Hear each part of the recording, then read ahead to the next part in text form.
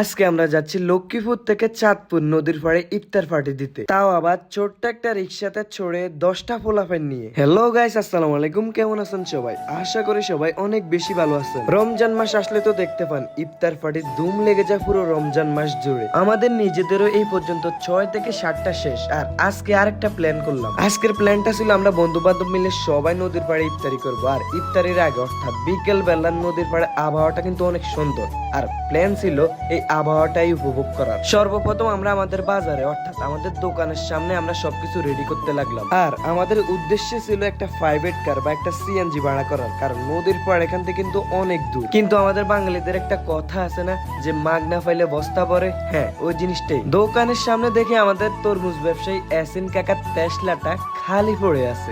এখন আর আমাদের ঠেকায় কে? সোজা তার হেলিকপ্টারটা নিয়ে দৌড়ানো শুরু করলাম। আর ড্রাইভার আমি নিজেই, কারণ প্রাইভেট কার আর সিএনজি নিলে কিন্তু অনেক টাকা ভাড়া নিত, আর এটা কিন্তু সম্পূর্ণ ফ্রি। এখানে সবাই কিন্তু কইছিল যে গাড়িটা তারা নিজে চালাবে, কিন্তু না, আমি কারো হাতে দিই নাই, কারণ এই গাড়িটা চালাইতে আলাদা একটা ভালো লাগছিল। কিন্তু সমস্যা তো হয়েছিল একটু পরে। আমাদের গ্রামের রাস্তা দিয়ে কিন্তু ঠিকঠাক মতোই চালাইছিলাম, আর যখন মেইন রাস্তায় উঠলাম, হায় রে কি মুসিবত। আর আজকে আমি ঠিকই বুঝতে পারলাম যে মানুষ রিক্সাওয়ালা করে কতটা নিম্ন চোখে দেখে। একটা ট্রাক বাস তো এই গাড়িটারে চাপা দেয়, একটা সামান্য সিএনজিও এই গাড়িটারে চাপা দিয়ে রাস্তার বাইরে ফালাই দেয়। তো আর কি, আমরা চাপা খাইতে খাইতে এখন রামগঞ্জের ভিতরে চলে আসলাম। আবার এখন রামগঞ্জের ভিতরে এসে আরেকটা মুসিবত। মানুষে কইতাছে যে সামনের রামগঞ্জ চৌরাস্তার চেকপোস্ট আছে, অর্থাৎ পুলিশ আছে, তোকে 100% সন্দেহ করবো, তোরা নামে যা। এখন আর কি করার, বাধ্য হইয়া লাথি মাইরে সবার গাড়ির থেকে ফালাই দিছি। আর এতটুকু পথ হাইটে আমরা চলে আসলাম হোটেলে, কারণ আমাদের প্রধান কাজ কিন্তু এখন এখানে,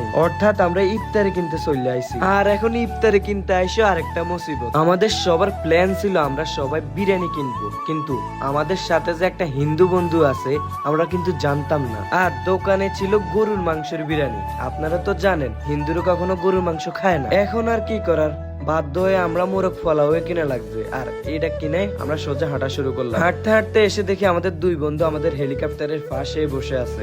আর আমরা এই দিক সেদিক আর না তাকিয়ে সোজা হেলিকপ্টারে উঠে আবার টানা শুরু করলাম। রামগঞ্জ টু হাজীগঞ্জ যে রাস্তাটা, ওটা কিন্তু খুব সুন্দর এবং খুব ফ্রেশ, কিন্তু আমাদের জন্য ছিল খুবই বিপজ্জনক। কিছুক্ষণ পর পর যে বাসগুলো আসে, ওই বাসগুলো আমাদেরকে চাপা দিয়ে একদম মেচা করে দেয়। এখন আর কি, আমরা অসহায়ের মতো চলতে শুরু করলাম। কিন্তু কয়েকটুকু পথ অতিক্রম করার পর আমাদের খুললো এক বিরাট সৌভাগ্য। একটা মসজিদে দেখতেছি ইফতারি দিতেছে, অর্থাৎ বিরিয়ানি দিতেছে। এটা দেখে আমরা গাড়ির থেকে নাইমা সবাই একটা একটা করে নিয়ে আইলাম। যাক, আলহামদুলিল্লাহ, কার রিজিক কোথায় আছে ওটা আল্লাহ ছাড়া কেউই জানে না। কিন্তু আর একটু পথ আসার পর এবার আমাদের সাথে ঘটলো সবচাইতে বড় মুসিবত। আমাদের উদ্দেশ্য ছিল চাঁদপুর নদীর পাড়ে ইফতারি করার, কিন্তু সবে মাত্র আমরা হাজীগঞ্জ পার হয়েছি।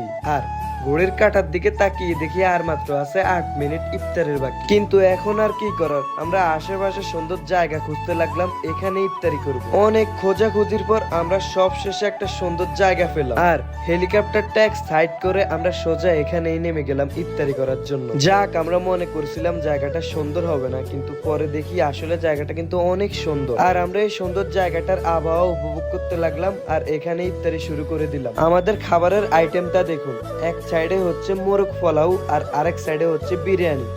কি খানা! তো আজকের ব্লগটা এই পর্যন্তই। সবাই ভালো থাকবেন, আল্লাহ হাফেজ।